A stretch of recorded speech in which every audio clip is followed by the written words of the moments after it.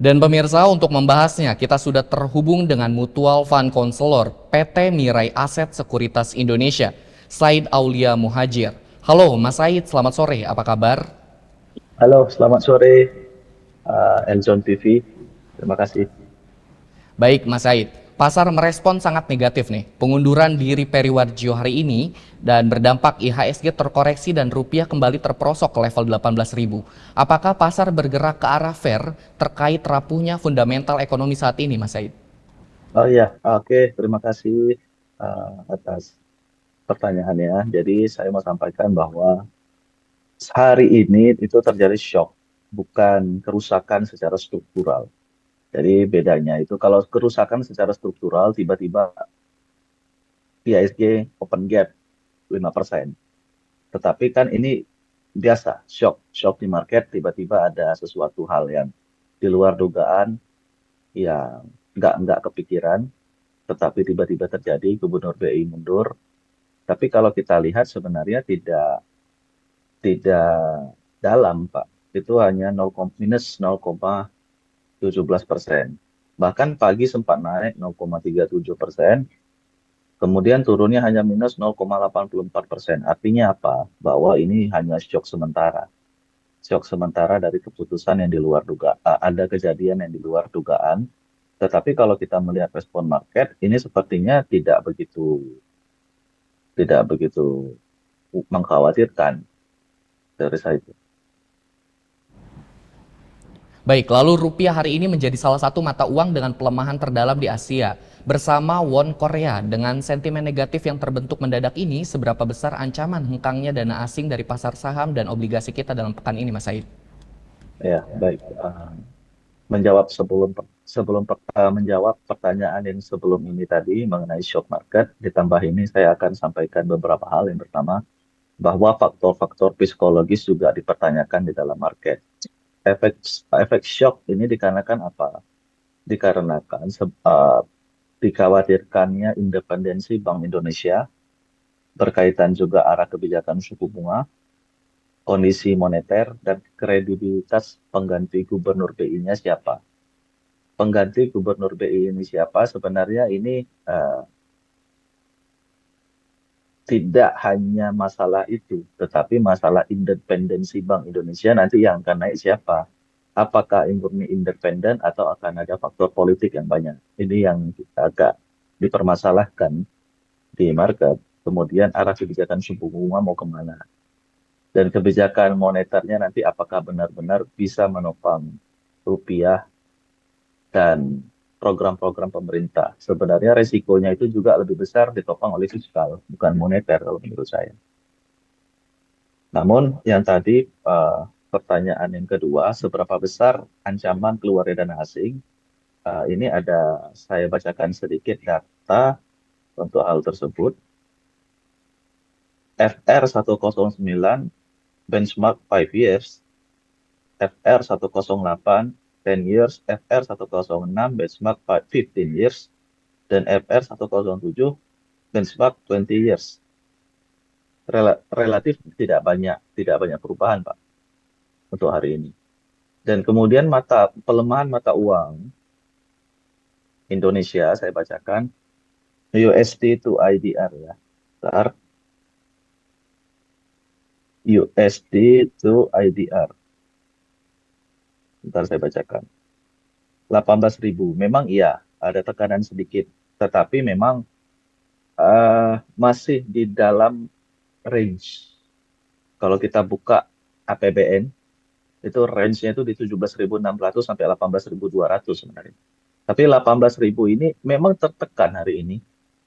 Ini juga bergantung nanti siapa yang akan berganti. Akan penggantinya sementara ada Deputi Gubernur Bank Indonesia. Saya kira 18.000 ini masih ya lemah 18.030. Iya lemah hari ini kita melemah, tetapi masih dalam toleransi.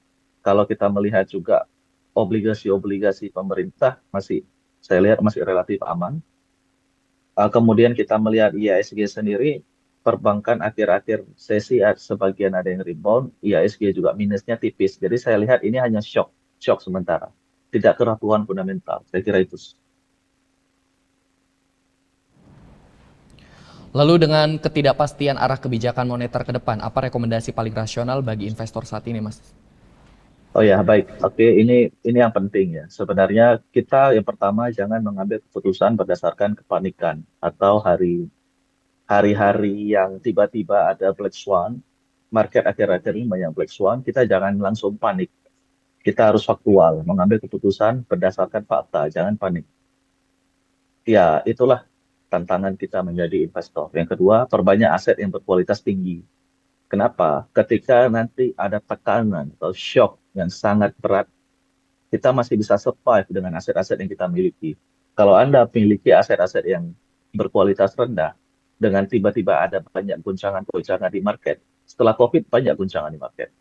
Kalau Anda mempunyai aset class yang nggak begitu bagus, fundamental yang sahamnya jelek, nggak bisa kita pegang jangka panjang, itu cukup berbahaya kalau kita menjadi investor jangka panjang.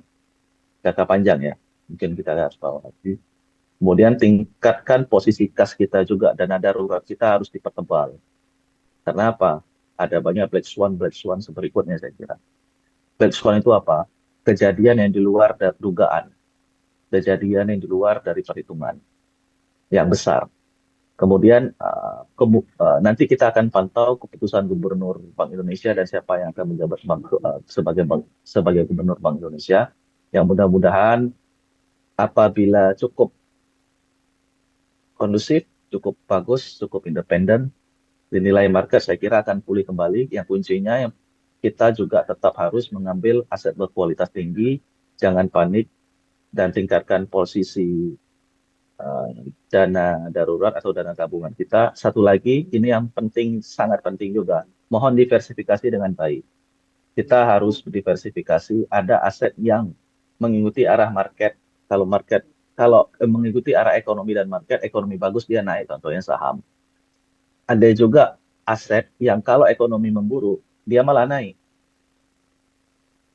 Atau ada aset yang dia sudah fix income, bisa ke obligasi. Atau misalnya kita juga bisa diversifikasi ke reksadana sebagai dana kas kita dan juga dana darurat dan juga diversifikasi investasi agar apa? Meminimalisir volatilitas portofolio kita. Dan itu menurut saya sangat penting. Lalu kira-kira Mas Said, sektor apa yang bisa menjadi safe haven bagi investor saat ini? Safe haven dua, ada emas dan US dollar. Pertebal aja itu nggak apa-apa. Saat ini emas di 2,5 juta per gram, emas dunia di 4.000. Menurut saya akan bottom, kalaupun turun lagi 3.500 dan akan satu kali lagi all time high ke 6.000. Emas gold XAU satu kali lagi ke 6.000, setelah itu ambles lagi ke bawah. Jadi masih bisa emas itu ke 3 jutaan. Kalau long term, emas pasti, saya nggak bisa mengatakan pasti, maaf. Emas tetap akan, menurut keyakinan saya, secara long term, khususnya di Indonesia, emas akan tetap diuntungkan, menurut keyakinan saya. Jadi kalau kita diversifikasi ke emas, itu benar-benar safe haven. Kemudian kita masuk satu lagi, untuk US dollar, untuk kita hedging, kita perlu cash juga. Kalau mau hedging dalam bentuk cash, kita bisa beli US dollar. Saya kira itu, dua hal ini sangat bagus untuk kita diversifikasi dalam bentuk aset yang safe haven. Baik, terima kasih Mas Said untuk waktu dan analisisnya di Prime Report hari ini. Sehat selalu Mas Said. Ya, terima kasih.